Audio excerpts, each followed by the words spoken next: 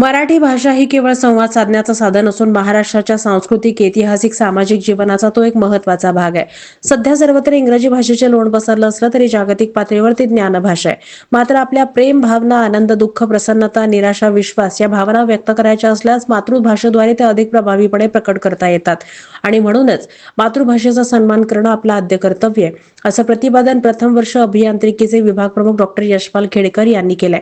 केंद्रीय मंत्रालयाच्या ministry of education यांच्या आदेशानं all India council for technical education यांच्या सूचनेनुसार मातृभाषेच्या माध्यमातून बुद्धिमत्ता आणि क्षमता विकास अंतर्गत गोपाळपूर तथा स्वेरीमध्ये डॉक्टर बी.पी. रोंगे यांच्या मार्गदर्शनाखाली जागतिक मातृभाषा दिन साजरा करण्यात आला. यावेळी डॉक्टर यशपाल खेडकर हे मातृभाषा दिनाचं महत्त्व विशद करत होते.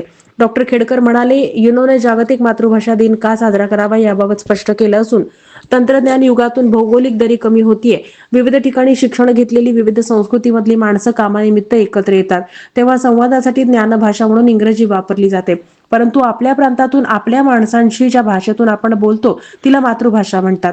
कोसावर बोलीभाषा बदलते. विविध देश, विविध राज्य, विविध प्रांतांमध्ये डोकावलं तर त्या भागातले कोणते लोक कशी भाषा वापरतात यावरून त्यांची मातृभाषा ओळखता येते. यासाठी बहुभाषांना प्रोत्साहन देण्यासाठी मातृभाषा दिन साजरे करतात असं सांगून त्यांनी मातृभाषेसंदर्भात अनेक उदाहरणं दिली. यावेळी अभियंता योगगुरू अशोक ननवरे, स्वेरीचे संस्थापक सचिव, अभियांत्रिकी महाविद्यालयाचे प्राचार्य डॉक्टर बी.पी. रोंगे, बी फार्मसीचे प्राचार्य डॉक्टर मिथुन मडियार, डिप्लोमाचे एन.डी. मिसाळ, फार्मसीचे प्राध्यापक सतीश मांडवे, उपप्राचार्य डॉक्टर मीनाक्षी पवार, विद्यार्थी अधिष्ठाता डॉक्टर एम.एस. मठपती, सर्व विभाग प्रमुख, स्वेरी अंतर्गत सर्व प्राध्यापक वर्ग, शिक्षक, कर्मचारी, विद्यार्थी उपस्थित होते. डॉक्टर नीता कुलकर्णी यांनी सूत्रसंचालन आणि आभार मानले.